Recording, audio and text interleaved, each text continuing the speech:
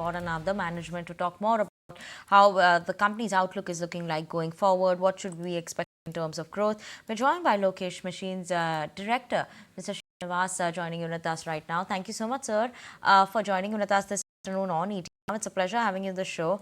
And, I just want to talk about something that has come in terms of recent announcement. Now, you have recently received an arms license from the Ministry of Home Affairs to manufacture and in-house proof test small arms. What kind of products are you looking at to diversify into? What is the expected revenue? What is the potential of growth that you see here for your company? Good afternoon, and thank you for having me on the show. Yes, we have recently been given the license to commercially manufacture the small arms commercially, as well as proof design, which means we are now licensed to have our own firing range as well to test the weapons. Small arms, we have a license to manufacture 40,000 weapons a year.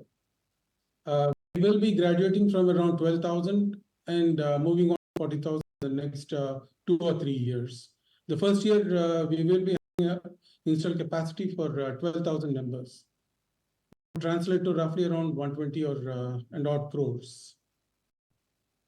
Surely that's very interesting, from 12,000 to 40,000, so almost 3.5x in terms over there. But so does that mean you'll start seeing that improvement coming in your top line as well? Because when I'm just looking at the December quarter, it's much better than the previous quarters that we've seen. Very strong growth in the last couple of years has come for December quarter itself. Is that something that you expect in terms of the growth to improve further on, and how do you see your revenue trajectory going forward in FY26, FY25? So far, I mean, whatever growth you mentioned, ma'am, was from machine tool division and the current products. The current products itself, we will be looking at a very healthy growth. When we talk about the machine tools, the last year's growth is driven on that. In the future too, we have enough room to grow in the machine tool area. In terms of investments, are also we are more or less finished for the machine tools. And of course, we expect to grow.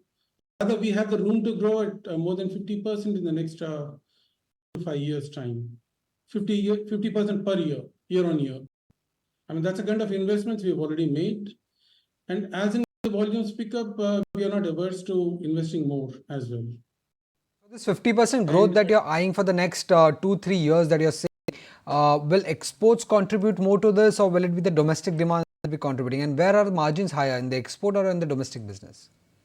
Obviously in the exports, for sure. And the growth would come both domestically as well as in the exports. Both would contribute to the growth, because domestically itself, there's a huge market in India, and with all this Make in India and China Plus One and a lot of manufacturing shifting to India, so we expect a huge growth domestically as well. Number one, and as for the margins, that would also grow again domestically as well, because going forward, we would be launching more and more value machines as we go along, where the contribution and the margins would be higher than what they are today. Okay. So the margin thing that you were just saying, in the last 1 year, I can see your EBITDA margin have increased from 5.2% to 12.9%. Is it purely because of high value engines being delivered or high value machines being delivered, or is there a raw material component also because of which the margins have increased? No, the EBITDA had always been 15 plus something. I mean, 5% was perhaps our gross or a net profit or so. But yes, the 14 and all. But that itself would keep growing, because, as I mentioned, the volumes are growing, and then the high machines are also increasing, and therefore the margins would increase.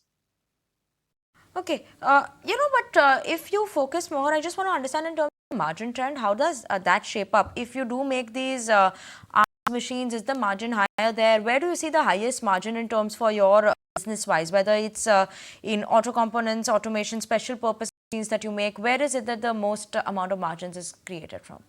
Obviously, when we got into the defense, the interest is, to get more margins there. And yes, defense would definitely contribute significant margins, but the defense to take full capacity, it's another 2 year down. Year it will keep increasing.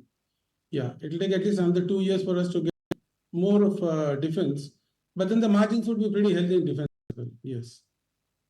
Order book front, could you just tell us where does your current order book stand? How many orders are you already in L1 category?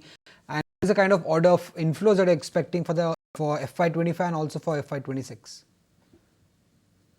We are participating in the tenders, and yes, recently in one of the tender, we've been L1, although we didn't officially get the supply order or an intimation yet. And going forward in the current year, I can't really inform immediately, but then yes, we are participating in a lot of tenders now that we got the license. Absolutely, participating in a lot of tenders, given that so much flow of orders is coming in, is there some specific CapEx plan that you have, anything that you would require in terms of an investment or to raise funds to cater to that CapEx as well? For the current lot, we are going to invest around 40 crore in the defense segment. And we've already started investing, and perhaps we will complete that by around September. And in the future too, as the volumes, because as I mentioned, we have a headroom to grow for more than 40,000 members. So for that, we will continue to grow, or rather we will continue to incur new camps as and when the visibility is there for the increased volumes. Just one more thing that I want to know is, given that you're making so much investment in defense, how do you see your mix changing?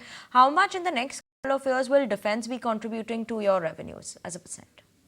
Ma'am, our plans are, at the end of the second or at the end of third year, we want defense to contribute at least 30% in the overall revenues. And of course, when I say 3 years down the line, even our regular revenues would also significantly grow by then. And of that, close to around 30% would be from defense. That's what we are aiming to reach. Okay, thank you so much, Mr. Srinivas, for joining in with us this afternoon, giving us such candid answers, talking to us about the company outlook going forward. That was the management of Lokesh Machines for you all. Keeping an eye out on that one. But let's If you like this video, then like, share and subscribe to ET Now.